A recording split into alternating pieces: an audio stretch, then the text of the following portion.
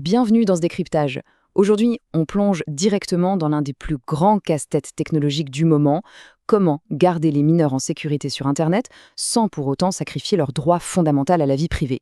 On se trouve exactement à la croisée des chemins entre de nouvelles réglementations très strictes et la cryptographie pure et dure. Et franchement, les solutions qui émergent vont complètement changer notre façon de concevoir l'identité numérique.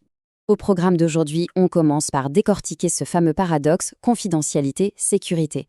Ensuite, on regardera le modèle européen de vérification de l'âge avant de comprendre pourquoi la centralisation pose un tel problème. Puis, on explorera l'alternative MFA zéro matériel et on terminera avec la solution de Blocksmith. Première étape, le paradoxe confidentialité-sécurité. Tout part de l'article 28 du Digital Services Act, le fameux DSA. Cette réglementation crée un défi structurel assez dingue car elle exige un niveau maximal de protection pour les mineurs en ligne, mais avec une contrainte de taille. C'est un peu le serpent qui se mord la queue. D'un côté, les plateformes ont l'obligation stricte d'éloigner les enfants des contenus à risque. Mais de l'autre, les régulateurs disent très clairement « surtout, ne collectez pas de données personnelles supplémentaires pour le faire ».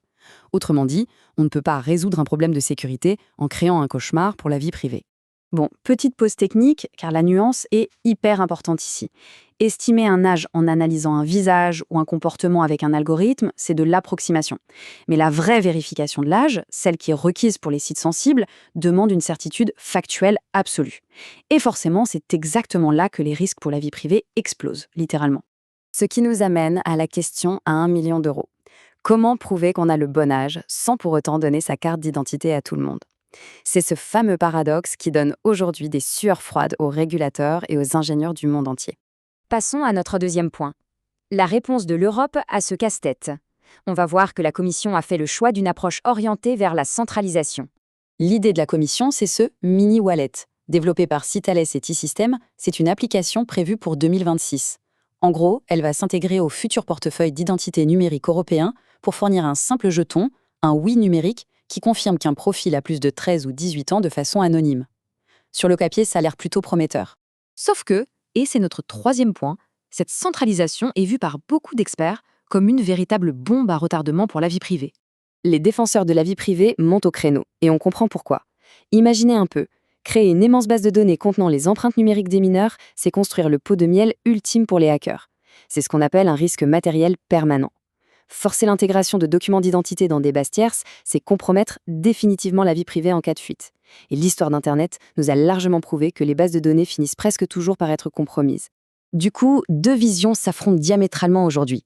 D'un côté, la méthode centralisée classique, avec ses liens permanents et ses risques de piratage. Et de l'autre, une idée fascinante, le signal d'approbation parentale ou PAS. C'est une approche totalement sans coffre-fort où les données de la famille restent sagement confinées sur le téléphone local. Ce qui nous amène tout naturellement à notre quatrième point. Comment fonctionne exactement cette fameuse alternative MFA zéro matériel ? C'est là que ça devient vraiment ingénieux. Le téléphone du parent se transforme en un véritable coffre-fort physique. Plus besoin d'envoyer des données à un site web. La confiance repose sur un e-notaire qui certifie cryptographiquement le lien parent-enfant. Ensuite, tout est éphémère. L'autorisation nécessite une action physique, un code généré en direct par le parent. C'est du consentement cinétique à l'état pur. Concrètement, le système fonctionne complètement en aveugle grâce à une authentification croisée, remplaçant les vieilles bases de données par des échanges de clés mathématiques. L'enfant ne voit jamais le secret cryptographique. Le parent génère la preuve, le serveur la valide de son côté, et l'enfant sert juste de messager avec un petit code à 6 chiffres. Résultat, un système blindé, sans aucune donnée qui traîne sur des serveurs. Et enfin, cinquième et dernier point, la mise en pratique avec l'authentification gardienne de Blocksmith. Voyons comment tout cela s'articule pour créer un véritable écosystème sécurisé. La différence est frappante. Avec Blocksmith, on a une architecture MFA pour la vérification de l'âge qui est, franchement, brillante. Merci Blocksmith. Contrairement au système classique qui stocke des données et piste la navigation, ici, le site web n'a plus rien à se mettre sous la dent. S'il se fait pirater, les hackers ne trouveront absolument rien. Pas de profil, pas de mot de passe, juste des jetons expirés. Le matériel n'a littéralement jamais existé sur leur serveur. Et retenez bien ce chiffre, 10. Le jeton d'autorisation généré possède une durée de vie stricte de 10 minutes, pas une de plus. Ce signal dynamique ne peut pas être vendu, il ne peut pas être réutilisé plus tard, et il ne peut surtout pas être siphonné par des logiciels malveillants. Pour faire simple, le site cible reçoit son feu vert numérique uniquement grâce aux mathématiques. L'identité du mineur reste totalement invisible et le système ne laisse aucune trace matérielle susceptible d'être compromise. C'est vraiment l'essence même de l'architecture zéro matériel. Alors pour conclure ce décryptage, on se retrouve face à un choix de société majeur. L'avenir de la sécurité de nos enfants passera-t-il par des mégabases de données centralisées ou est-ce que la cryptographie redonnera enfin le contrôle aux familles ?